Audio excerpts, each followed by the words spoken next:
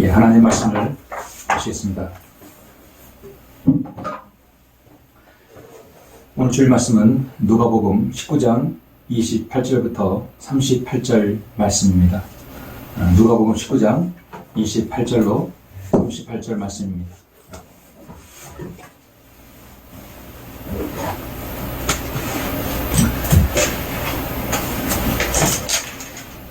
누가복음 19장 28절 더 제가 봉독해 올리겠습니다. 주께서 이런 말씀을 하신 후에 예루살렘을 향하여 앞서 올라가시더라.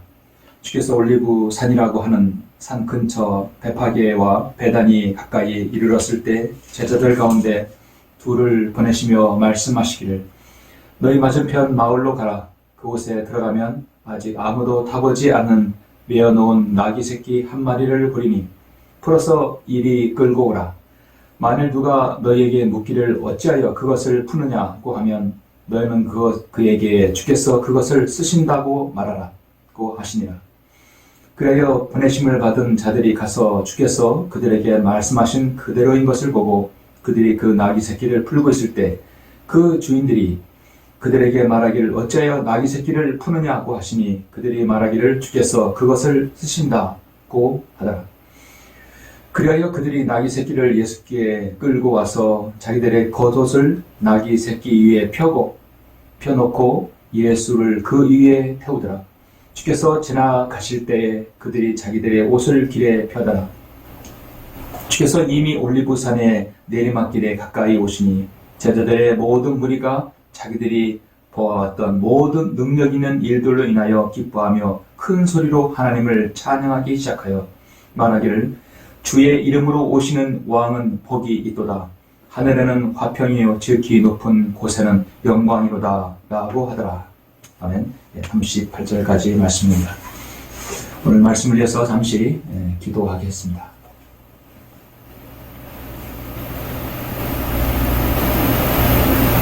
천지전능하시고 위대하신 아버지 하나님, 주님께 감사와 찬양과 영광을 돌려드립니다.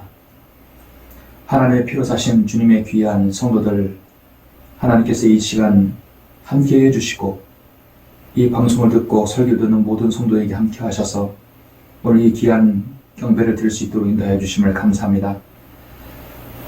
저는 방금 봉독한 누가복음 19장의 말씀을 통해서 우리 주님께서 미물인 나귀를 쓰셨고 그 나귀에 타셔서 예루살렘 성을 입성하셨습니다. 오늘 저는 우리 그리스도인이 생에 있어서 하나님께 각인이 하나님께서 창조하신 대로 어떻게 쓰임 받는 것에 대해서 저는 설교하라고 합니다. 우리 하나님께 쓰임 받기 위해서 무엇이 필요한지를 말씀을 통해 제시하오니 하나님께서 말씀에 기름 부어주시고 성도들 각인에 임하여 주셔서 정말 자신의 생에 하나님께 귀하게 쓰임받는 성도들 될 수 있도록 인도하여 주시옵소서.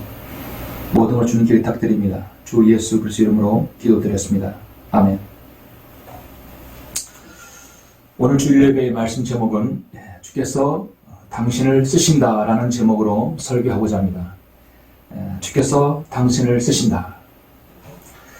구약의 역사와 신약 교회사를 공부하고 상고하다 보면 한 가지 우리가 알 수 있는 것은 하나님께서는 자신의 일을 하시기 위해 자신의 사람들을 쓰실 때 모두가 출중하고 명석한 사람이며 좋은 가문에서 난 자들만이 아니라는 사실을 우리가 알 수 있습니다. 대부분 모두가 매우 어려운 환경에서 자랐거나 또 개인 기량이 뛰어난 사람들이 아니라는 사실입니다. 하나님께서는 사람을 다루시는 데 있어서 최고의 전문가이십니다. 당연히 창조주 하나님이시기 때문입니다. 언젠가 러크만 목사님은 자신의 생전에 책에서 이런 글을 썼죠. 하나님께서는 최고의 재활용 전문가이시다 라는 것입니다. 그것은 바로 나를 보아도 그것을 알 것이다. 나만 보아도 알 것이다. 하나님께서는 쓰레기더미에서 나를 건지셔서 고물상에 개로 만드셔서 하나님의 말씀을 수호하고 지키는 자로 사용하셨다라고 기록하고 있습니다. 물론 하나님께서는 사람의 장점을 이용하십니다. 숫자에 강하고 잘 인지하는 마태에게는 하나님께서 마태복음을 기록해 하셨습니다. 마태복음은 그 어떤 복음서보다도 숫자가 많다는 것을 알 수 있습니다. 평생 동안 그는 숫자와 돈을 헤아려 왔기 때문입니다. 사건을 자세히 기록한 마가는 누구보다도 사건을 주의 깊게 살펴보는 달란트가 있었습니다. 그래서 하나님께서는 사복음서에서 마가복음을 사건 중심으로 자세히 기록해 하셨습니다. 그러나 그 장점이 자신에게 불행과 위험 요소가 될 수 있다는 사실이 있습니다. 다윗에게 반란을 일으킨 아들 압살롬의 죽음도 결국 그의 수려한 용모와 그의 자랑스러운 긴 머리카락 때문이었습니다. 삼손의 실패도 결국 그 힘 때문이었습니다. 겸손하게 여기지 않으면 장점만큼 큰 단점도 없습니다. 인간의 장점은 겸손할 때만이 장점이자 그 장점을 육신을 위해서 사용한다면 언젠가는 그것이 자신에게 빚으로 다가온다는 사실을 우리는 알아야 합니다. 정말 우리 하나님께서는 고쳐 쓰는 즐거움을 아시는 분이십니다. 여러분의 하나님의 관심은 오히려 우리의 약점이 있다는 사실을 아십니까? 우리 주님께서는 겸손한 병든 사람을 고쳐 쓰십니다. 겸손한 지혜 없는 사람에게 지혜를 주셔서 사용하십니다. 겸손한 실패자를 제기시켜서 다시 사용케 하십니다. 전지전능하시고 위대하신 하나님의 손안에 들림받아 한 시대에 주님께 쓰임받는 것처럼 가치 있는 셈은 없을 것입니다. 마치 출애굽기에서 모세의 막대기는 그냥 마른 나무에 불과했지만 그가 하나님께 쓰임받게 되자 그 막대기는 더 이상 모세의 막대기가 아니라 성경에서는 하나님의 막대기로 말씀하고 있습니다. 여러분도 생애 하나님께서 어떻게 쓰임받는 인생이 되기를 원하십니까? 오늘 우리는 본문에서 일개 동물인 나귀도 때론 하나님께서 귀히 쓰시고 있다는 사실을 보게 됩니다. 우리는 썩어져 없어져 버리는 동물보다 얼마나 더 고귀합니까? 그리스도의 보혈로 구원받은 사람들이 아닙니까? 오늘 말씀을 통하여서 하나님 앞에서 여러분의 생애 어떤 형태로든 하나님께 쓰임받는 생애가 인생이 되시길 간절히 바랍니다. 본문의 누가복음 19장의 상황은 지금 예수 그리스도의 기쁨이 되는 장입니다. 또한 한편으로는 주님의 슬픔과 주님의 그 비애가 있는 장입니다. 주님께서 그토록 기다리시던 예루살렘을 향한 승리의 입성이 있었습니다. 제자들 포함한 이스라엘 백성의 수많은 백성들이 주님을 이제 왕으로 추대하는 것이죠. 이 장면을 다시 한번 보시면 마태복음에서 한번 볼까요? 마태복음 21장 5절부터 11절에 보시면 너희는 시온의 딸들에게 말하라. 보라, 너희의 왕이 내게 오시나니 그는 온유하여 나귀 곧 나귀의 새끼인 어린 수나귀 위에 타셨도다 하였더라. 그 제자들이 가서 예수께서 그에게 명령하신 대로 행하여 그 나귀와 나귀 새끼를 끌고 와서 그 나귀들 위에 자기들의 옷을 넘고 그 위에 줄을 태우더라. 아주 큰 무리가 자기들의 옷을 길에 펴고 또 다른 사람들은 나뭇가지를 꺾어다가 뒤에 길에 깔더라. 그 무리가 앞서 가고 뒤따르며 소리질러 말하기를 다윗의 아들에게 호산나, 주의 이름으로 오시는 분은 복이 있도다. 지극히 높은 곳에서 호산나라고 하더라. 주께서 예루살렘에 들어가시자 온 도성이 소란해지며 말하기를 이분이 누구신가? 이분은 누구십니까? 바로 만왕의 왕, 바로 이스라엘의 유대의 왕이시죠? 라고 하니 그 무리가 말하기를 이분은 갈릴리 나사렛의 선지자 예수시라고 하더라. 정말 그들의 말대로 이분이 누구십니까? 너희의 왕이 내게 오신다라고 말씀하고 있습니다. 바로 유대인의 왕이십니다. 그들이 민족적으로 주님을 왕으로 정말 받아들였다면 인류 역사는 바뀌었을 것입니다. 완전히 바뀌었을 것입니다. 그렇게 외쳤던 그들이 얼마 가지 않아서 예수 그리스도를 로마 군에게 십자가에 못 박으라고 넘겨주었습니다. 요한복음 19장 15절에 보시면 그들이 소리 지르기를 처단하소서, 처단하소서. 처단이라는 말을 그들은 쓰고 있습니다. 그를 십자가에 못 박으소서. 빌라도가 그들에게 말하기를 너희의 왕을 내가 십자가에 못 박으랴? 선임 제사장들이 대답하기를 카이사 외에는 우리에게 왕이 없나이다. 수많은 백성들이 악의를 가득 차서 예수 그리스도를 보는 눈, 그들은 참으로 악의에 가득 찬 눈이었습니다. 카이사 외에는 우리에게 왕이 없나이다 라고 외쳤습니다. 그리고 주님께서는 누가복음 19장 41, 44절에서 다음같이 예루살렘을 향해 우시고 있는 것을 우리가 볼 수 있습니다. 본문에 동일한 본문인데요. 누가복음 19장 41절, 44절에 보면 주님의 그 애통과 주님의 피해가 있는 그 말씀이죠. 지금 수많은 백성들이 호산나 주의 이름으로 오시는 왕은 복이 두다라고 했지만 주님께서 41절에서 뭐라고 말씀합니까?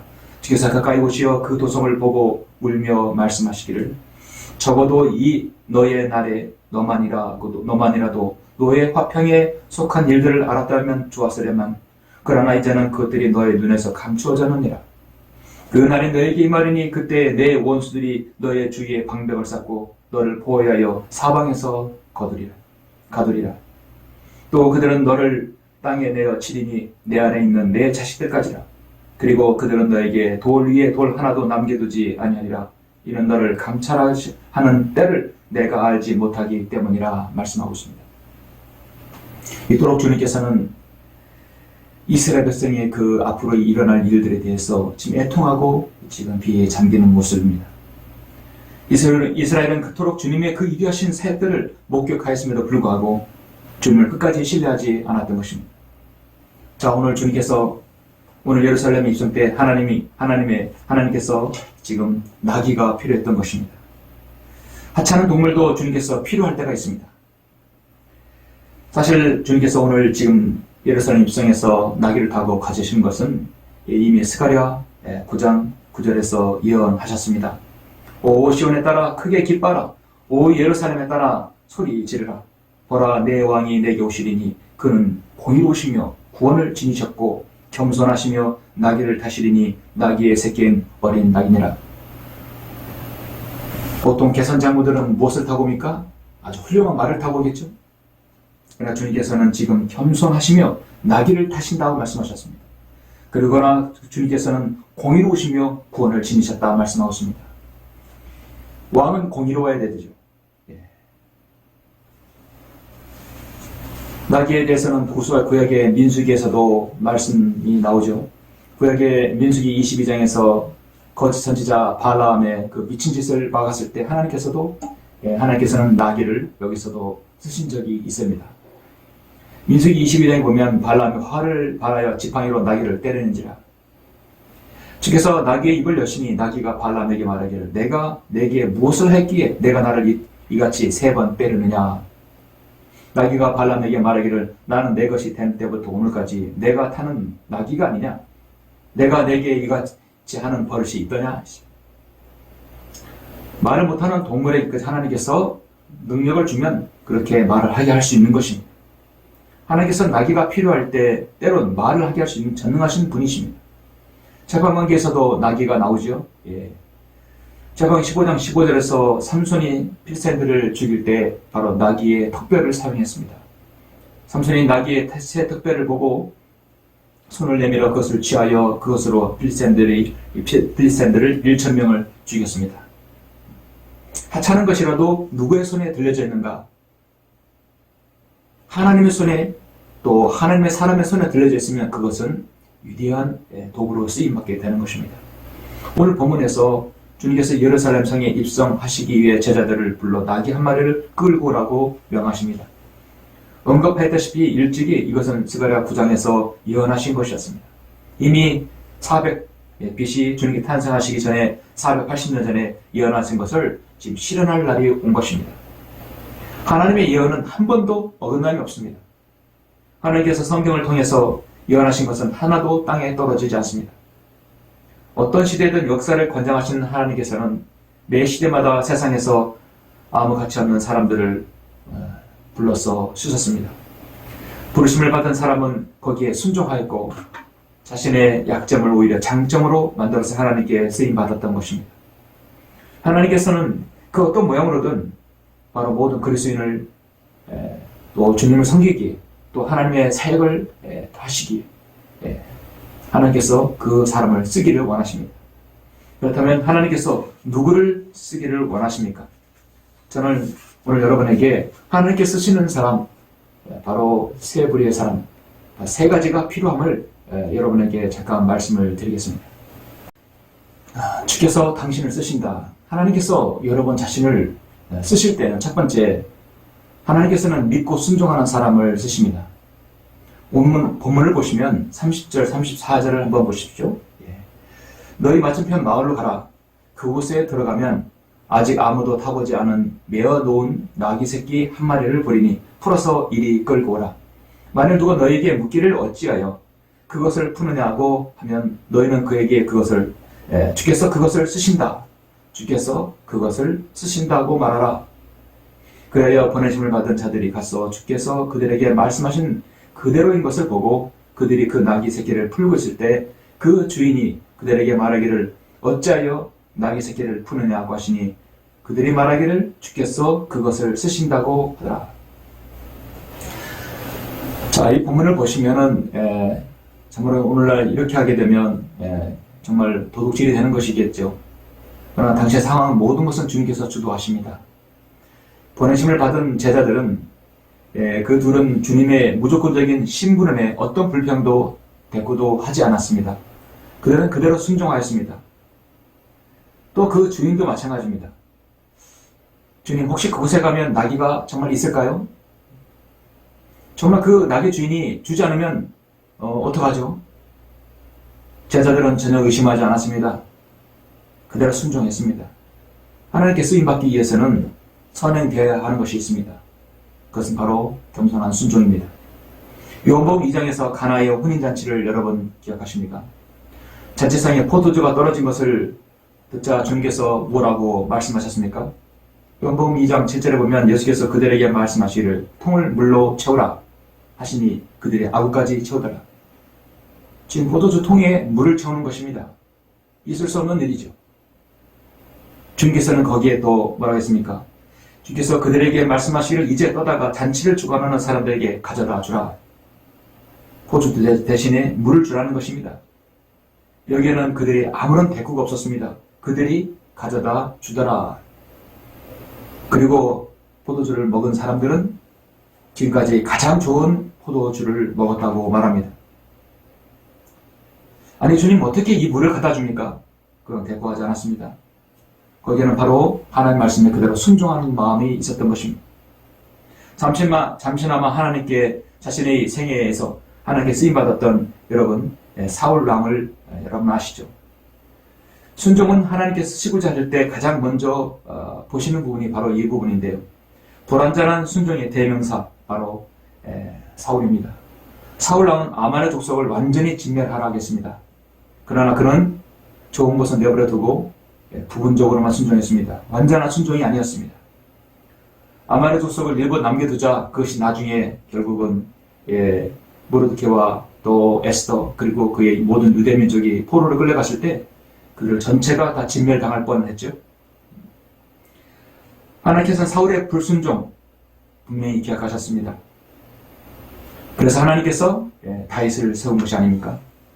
베드로전서 1장 22절에 보면 너희가 성령을 통하여 진리에 순종함으로써 너희 혼들을 정결케 하였다고 말씀하고 있습니다. 정말 우리는 하나님의 말씀에 예수 그리스도의 복음에 순종함으로써 우리 혼이 정결케 되었습니다. 가시 없는 형제 사랑에 이르렀다고 말씀합니다. 순결한 마음으로 서로 뜨겁게 사랑하라고 말씀하고 있습니다. 우리가 구원받는 역사는 바로 첫 순종에서 비롯되는 것입니다. 데살로니가후서 1장 8절에서 하나님을 알지 못하는 자들과 우리 주 예수 그리스도의 복음에 순종치 아니하는 자들을 불길 가운데서 벌하신다 말씀하고 있습니다.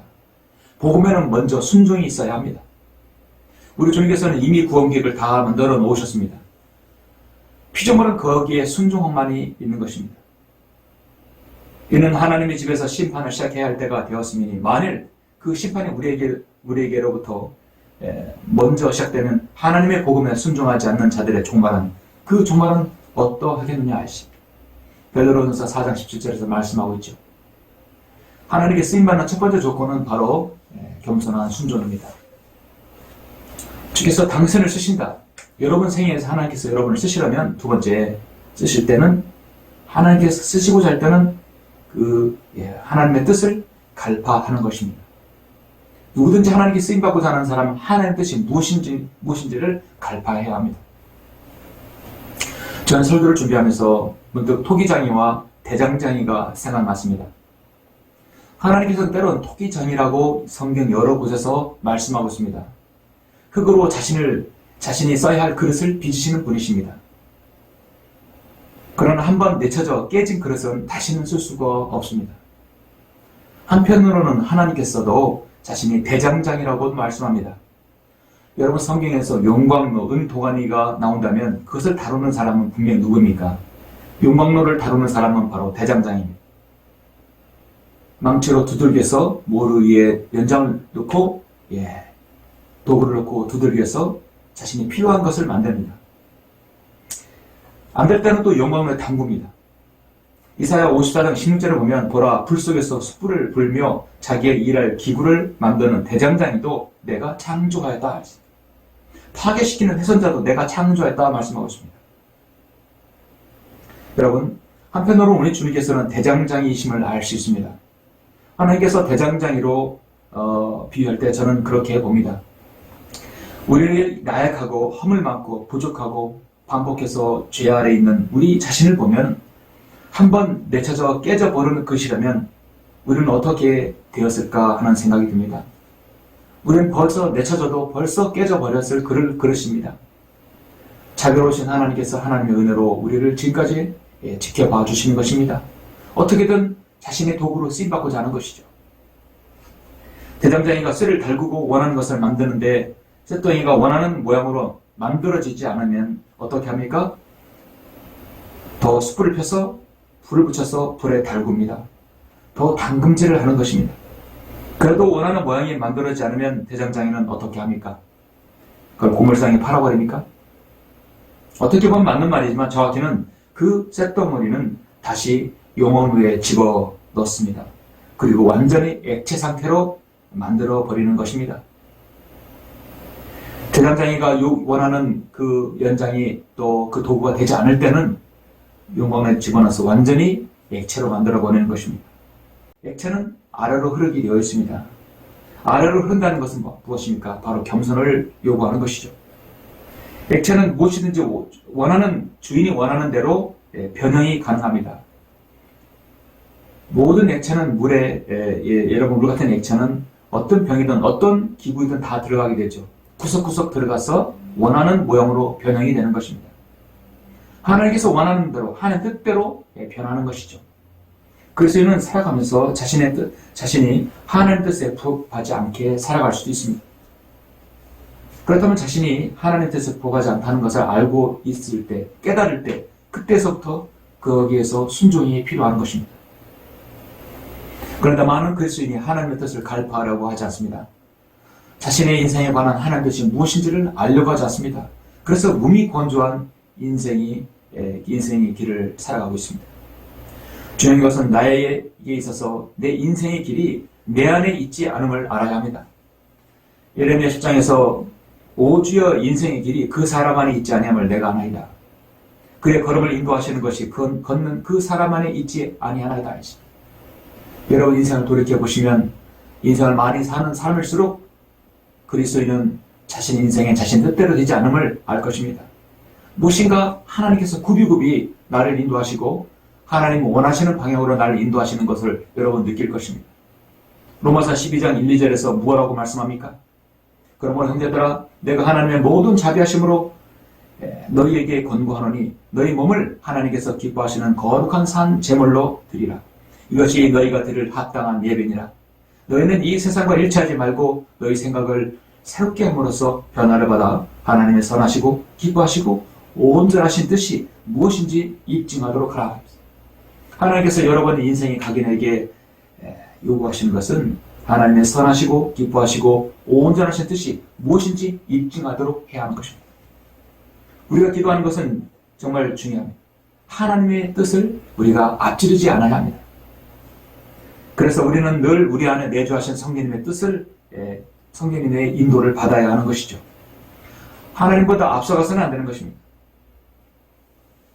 전도서 6장 12절에서 그가 그림자처럼 허비한 헛된 인생의 모든 날인 이 생에서 인간에게 무엇이 좋은지 누가 알며 해 아래서 그 뒤에 무슨 일이 있을지 누가 그에게 말해줄 수 있으며 바로 하나님입니다. 신학시대는 내주신 성령님께서 우리의 길을 인도하십니다. 그에 대하여 정확하게 말해줄 수 있는 분은 바로 주님만이 말씀을 하실 수 있는 것이죠. 고린도후서 13장 5절에 보면 너희가 믿음 안에 있는지 너희 자신을 시험하고 스스로 입증하라. 예수 그리스도께서 너희 안에 계신 것을 스스로 알지 못하느냐. 그렇지 못하면 너희는 버림받은 자들이라 말씀하고 있습니다. 자신을 시험하고 입증하기 위해서 우리에게 부단한 기도가 필요하고 또 때론 시행착오를 통해서 우리는 인내를 배워야 합니다. 하나님께서 당신을 쓰신다. 하나님께서 여러분을 쓰신다면 저는 첫 번째 순종이 필요하다고 말씀드렸습니다. 이것은 그 사람의 결단에 달려 있습니다. 둘째, 하나님의 뜻에 순종하는 것은 하나님께서 여러분을 쓰시는 것은 하나님의 뜻에 순응하는 것입니다. 하나님께서 내 인생에 관해서 무엇을 요구하시는지 하나님의 뜻을 갈파하는 것입니다. 이것은 이미 자신의 포기, 자신의 뜻을 하나님께 이미 포커스를 맞추는 것이죠. 이 과정은 그 사람의 그릇이 만들어지는 과정입니다. 거기에는 말로 다할 수 없는 연단과 고난도 있는 것이죠. 이것을 경험한 성도는 알 것입니다. 그릇이 만들어졌다면 그 다음에 세 번째로 하나님께서 쓰시고자 할 때 자신이 깨끗한 그릇으로 만들어 비우는 것입니다. 하나님께서 그릇을 만들었지만 그 그릇 안에 내용물에 담기에 여러분 더럽고 지저분하면 어떻게 되겠습니까? 아무리 좋은 그릇이라도 더러운 그릇은 음식을 담을 수 없습니다. 음식을 깨끗하게 비워야 합니다. 잠시 디모데후서 2장 20절에 잠깐 한번 보시겠습니다. 디모데후서 2장 20절, 21절을 한번 보시면 그릇에 대해서 주님께서 말씀하십니다. 디모데후서 2장 20절 말씀입니다. 큰 집에는 금과 은으로 만든 그릇들 뿐만 아니라 나무와 진흙으로 만든 그릇들도 있어 어떤 것들은 귀히 여기고 어떤 것들은 천히 여기느니라. 그러므로 이런 것들에서 자기를 깨끗하게 하는 사람은 귀한 그릇이 되어 거룩하여지고 주인이 쓰기에 합당하며 모든 선한 일을 위하여 예비되느니라 말씀하고 있습니다. 모든 그릇을 만드는 것은 하나님께서 필요에 따라 하나님께서 만드시는 겁니다. 그건 하나님의 주관이고 하나님의 관점이. 그러나 나무나 진흙이나 어떤 그릇을 만들어도 그 그릇이 적당한 용도에 맞는 내용물을 넣으려면 그 안에 그릇들은 깨끗이 비워야 되고 깨끗해야 합니다. 자, 여러분은 하나님의 그릇입니다. 그 그릇에다가 무엇을 담으려면 여러분 안에 무엇을 담기에 충분할 수 있도록 여러분 깨끗해야지는 것이죠. 하나님께서 한 사람을 들어서 쓰시고자 할 때 중요한 것은 하나가 바로 그 자신을 볼 수 있어야 합니다. 내 안에 있는 그릇, 나 자신의 그릇을 스스로 알 수 있는 것은 대단한 것입니다. 과연 하나님께서 나를 쓰는데 무슨 걸림돌이 있는 것인가? 나에게 어떤 결격 사유가 있는 것인가? 나라는 그릇은 어떤 그릇인가? 나라는 그릇은 정말 깨끗한 그릇인가? 정말 깨끗이 되어서 쓰실 준비가 되어 있는 것인가? 자신을 보고 반문하는 것입니다. 정말 중요한 것이죠. 그러나 이제 오 주여, 주는 우리의 아버지시니다. 우리는 진흙이요, 주는 우리의 토기장이시니 우리는 다 주의 손으로 만든 작품이다 말씀하고 있습니다. 토기장이가 같은 흙덩이로 하나는 귀히 쓸 그릇을, 하나는 전하게 쓸 그릇을 만들 권한이 없겠느냐 했습니다. 여러분, 그릇 자체를 만들 때 그 흙의 불순물이라든지 흙을 빚을 때 문제가 생긴다면 안 되겠죠. 자, 그 불순물을 빼내는 것은 하나님의 역할입니다. 그릇은 아직 만들어지지 않았기 때문에 그 토기장이의 목입니다. 그러나 그릇이 만들어지고 난 다음에 그릇 안에 내용물의 불순물을 제거하는 것은 바로 여러분 자신의 목입니다. 그릇을 깨끗하게 해야 하는 것은 바로 나의 책무입니다. 하나님께서는 나의 교만이라는 불순물, 자아라는 불순물, 자신의 외양, 외모, 배경, 심지어 남이 가지지 못한 재능도 불순물이 될 수 있는 것입니다. 그런 불순물이 없어질 때 비로소 주님께서 쓰시는 것입니다. 사랑하는 성도 여러분, 오늘 말 못하는 나귀는 주님의 예루살렘 이전 때 주님을 태운 것으로 자신은 충분히 쓰임 받았습니다. 그렇다고 해서 그 나귀에 대한 보상이나 하늘나라 상급에 대한 관해서는 없습니다. 그 동물일 뿐입니다. 그냥 그것으로 끝입니다. 그러나 여러분 자신은 다릅니다. 여러분들은 주 예수 그리스도의 보혈로 거듭난 하나님의 아들들입니다. 내주하신 성령님께서 거하시는 거룩한 성령의 전입니다. 우리가 하나님께 잘 쓰임받았다고 하는 것은 무엇을 의미합니까? 이제 우리가 그리스도 심판석 앞에서 상급을 받을 수 있는 특권을 가진 것입니다. 주님께서는 다시 오실 날이 다가왔습니다. 여러분이 어떤 그릇으로 쓰임받았는가, 어떤 도구로 쓰임받는 것은 이제 평가가 나올 것입니다. 여러분 하나님께 잘 쓰임받다는 것에 있어서 가장 중요한 것은 무엇입니까? 바로 여러분 복음 전파일 것입니다. 예수 그리스도의 복음을 전달하는 자들로서 쓰임받는 것 중에 이것보다 귀한 것이 어디 있습니까? 어떤 형태로든지 여러분이 복음의 도구로 쓰임받기를 하나님께서 원하십니다. 예수님께서 재림하시기 직전까지 이건 원하시는 것입니다. 지금 여러분이 지역교회 소속이든지 아니면 여러분이 가지고 있는 복음은 꼭 전달되어야만 합니다. 혹 여러분이 지역교회에 지금 가시지 않다 하더라도 지금 집에서 가정에서 재단을 쌓고 있다 하더라도 여러분 안에 있는 복음은 밖으로 발산이 되어야 합니다. 약 3주 전에 남미 에콰도르에서 한 통의 전화가 왔었습니다. 저도 모르는 한 그리스도인 자매였습니다. 평소에 저의 설교를 듣고 있었다고 합니다. 무슨 사연으로 전화를 했냐면 굉장히 다급한 부탁이었습니다. 지금 자신의 오빠가 급성 백혈병으로 천안의 순천향 병원에 입원하게 되었다는 것이었습니다. 한국에 있는 그분의 언니와도 통화를 했습니다. 상태가 이 중에 지금 중환자실에 있다고 합니다. 오빠가 지금까지 하나님을 모르고 살았는데 지금 죽으면 지옥에 가니 너무나 안타깝고 불쌍하다고 하는 것입니다. 그렇죠. 목사님께서 오셔서 꼭 좀 복음을 전해주시면 안 되겠냐는 것입니다. 저는 당연히 그렇게 하겠다 했습니다. 자매는 제가 설교를 들어보니까 부탁할 사람이 목사님밖에 없다는 것입니다. 이분은 분명히 오빠에게 가서 복음을 전할 수 있는 분이다. 저는 그 말씀을 듣고 여러 번 병원에 갔었습니다. 지금 코로나 바이러스 때문에 사실 중환자실이라 하더라도 가족 1인도 면회를 할 수 없습니다. 일반 병실은 1인이라도 들어가면 되는데요. 중환자실에서는 사실 가족 1인도 들어가지 못합니다. 그래서 때로는 임종을 지켜보지 못하고 죽음을 보는 경우가 많이 있습니다. 여기서 제가 할 수 있는 것이 무엇인가? 저는 기도하고 있습니다. 또 기도했습니다. 그렇습니다. 바로 이 피켓으로 읽어가면서 복음을 전하는 것입니다. 저는 이 피켓을 이렇게 6장을 만들어서 그 가족에게 전달했습니다. 담당 간호사에게 전달해서 간호사는 의식이 있을 때마다 이걸 한 장 한 장 넘기면서 복음을 좀 전해달라는 것이죠. 이 피켓으로 읽어가면서 복음을 전해서 의식적으로라도 예수 그리스도를 영접하라는 것입니다. 제가 그래서 이걸 만들어주고 간호사에게 부탁을 했습니다. 그리고 고비고비를 넘겨서 어제 가족에게 다급하게 연락이 왔었습니다. 오늘 밤 넘기기가 어렵다는 것입니다. 의사 말은 그렇습니다. 마지막으로 가족 5명까지 면회가 될 것이라고 합니다. 그래서 가족에게 연락이 와서 저도 병원에 저녁에 중환자실에 부랴부랴 갔습니다. 가족들은 정말 절박합니다.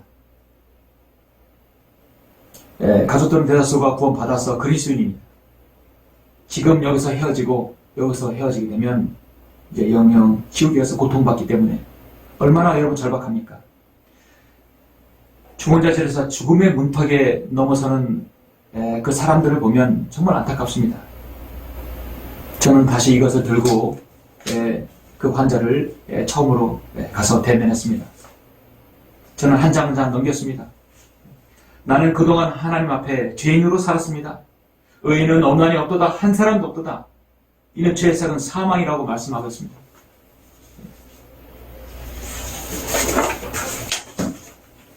그 죄의 대가로 죽으면 우리는 지옥에 갈 수밖에 없습니다. 한 번 죽는 것은 사람들에게 정해진 것이고 그 뒤에는 심판이 정해졌습니다. 악인은 지옥으로 돌려질 것이라 했습니다. 그러나 하나님께서 구원계획을 마련해 놓으셨습니다. 갈보리 십자가에서 보혈을 흘려 죽으시고 부활하셨습니다.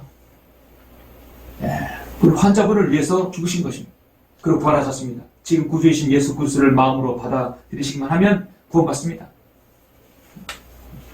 그래서 예수님을 나의 마음의 구주로 영접을 하시라고 그래서 기도하고 있습니다.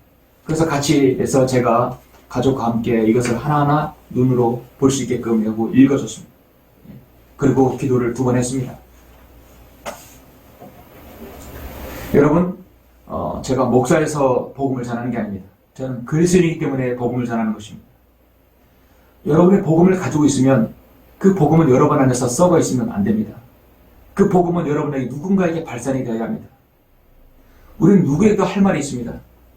구원받지 않은 사람이 죽어가는 여러분 형제 자매 가족에게 해야 하는 말이 무엇입니까? 예, 사랑한다, 미안하다 이런 말이 대부분이에요. 그러나 우리가 그리스도인이라면 하나님께서 너를 위해서 죽으셨어. 그리고 구원하셨어. 지금 예수님을 너의 마음의 구주로 영접하면 구원받아. 지금이라도 구원받아야 돼. 가족에게 사랑한다는 말보다 더 귀한 것은 내가 주 안에서 너를 사랑한다. 우리 다시 만나자. 그보다 더 귀한 것은 주님께서 당신을 위해 죽으셨고 부활하셨습니다. 지금 예수님을 당신의 구주로 영접해서 구원받아야 합니다. 이것이 가장 가치 있는 말이 아닙니까? 하나님께서 여러분 각인을 부르시고 복음을 전하는 그 일에 동참하는 성도에게 그 영광이 얼마나 큰지는 앞으로 그리스도의 심판상 앞에서 드러날 것입니다. 하나님 일에 동참하고 쓰임받는 것은 인위적으로 조작하거나 환경을 조성시킬 수는 없습니다. 설사 그렇게 하더라도 절대로 하나님께서 그 사람을 쓰실 수 없습니다. 살아있는 성도의 특징은 무엇입니까? 살아있는 교회, 살아있는 성도는 하나님의 일꾼이 있고 또 필요로 하고 하나님께서 반드시 일꾼을 부르셔서 세우십니다. 그러나 죽은 교회는 일꾼의 필요보다 교회의 종이 되는 교인화 시켜버리는 것입니다. 살아있는 교회는 믿음의 위에 운영되지만 죽어가는 교회는 인간적 판단에서 운영되는 것입니다. 살아있는 교회는 배우고 복음 전하기 위해 바쁘게 분주합니다. 바쁘고 분주합니다. 죽어가는 교회는 그냥 아무 일도 없는 것입니다.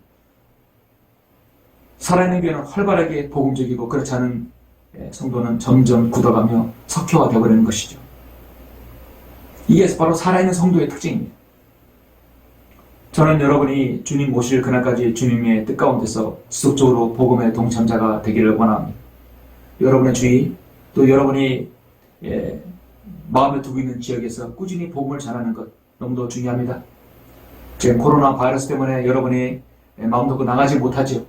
바로 이 시절이 지나가서 여러분이 정말 주님 오실 때까지만이라도 거리에서 또 여러분 방문해서 누군가에게 복음을 전할 수 있는 그런 날이 오기를 많이 기대합니다.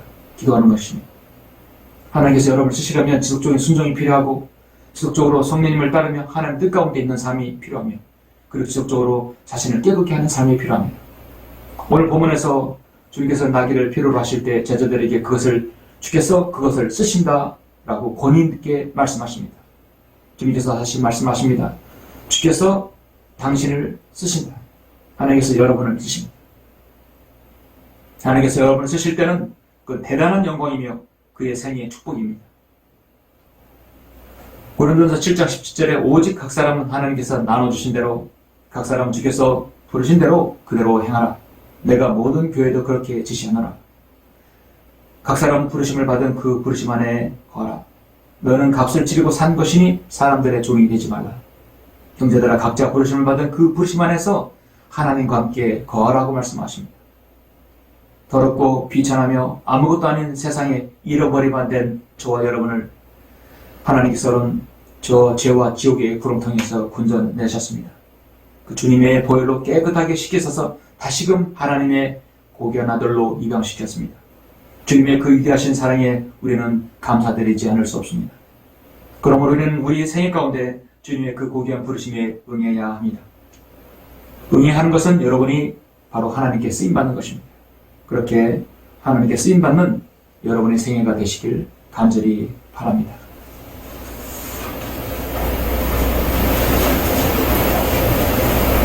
이 시간 잠시 우리 기도하는 시간 갖겠습니다. 잠시 머리 숙이시고 우리 기도하는 시간 갖겠습니다. 네, 말씀드립니다. 우리가 인생을 살면서 우리가 살아갈 수 있는 날은 시간이 점점 줄어듭니다. 마치 타임머신처럼 그 숫자가 점점 줄어들고 있습니다.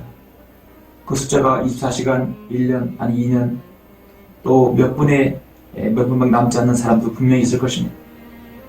우리가 구원받았다면 주님 말씀에 순종하여 각자의 스스로의 그릇이 되고 스스로가 숙고하여서 하나님께 필요로 하시는 그 연장이 되어야 할 것입니다. 여러분 그렇게 되기를 바라십니까? 어떤 그릇, 어떤 연장 도구가 되기를 바라십니까? 가장 중요하고 가치 있는 그릇은 바로 복음의 그릇입니다. 복음의 도구입니다. 나로 인하여 다른 한 영혼이 주님 앞에 인도되는 것보다 가치 있는 일이 어디 있습니까? 그렇게 하려면 나에게 있는 불순물과 나에게는 더러움이 여러분 깨끗해져야 합니다. 그것은 바로 내가 해야 할 목입니다. 늘 정결케 하기 위해서 나는 지금 무엇을 개선해 나가야 하며 무엇을 해야 하는지 여러분 생각이 서야 합니다. 우리 잠시 함께 하나님 앞에 기도하는 시간을 갖고 제가 마친 기도하겠습니다.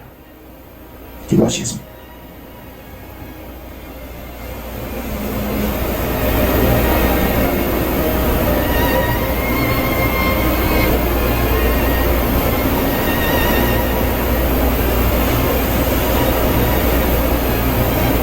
기도하시겠습니다. 사랑이 풍성하신 아버지 하나님, 오늘 누가복음 19장에서 오늘 주님께서 예루살렘 성에 입성하실 때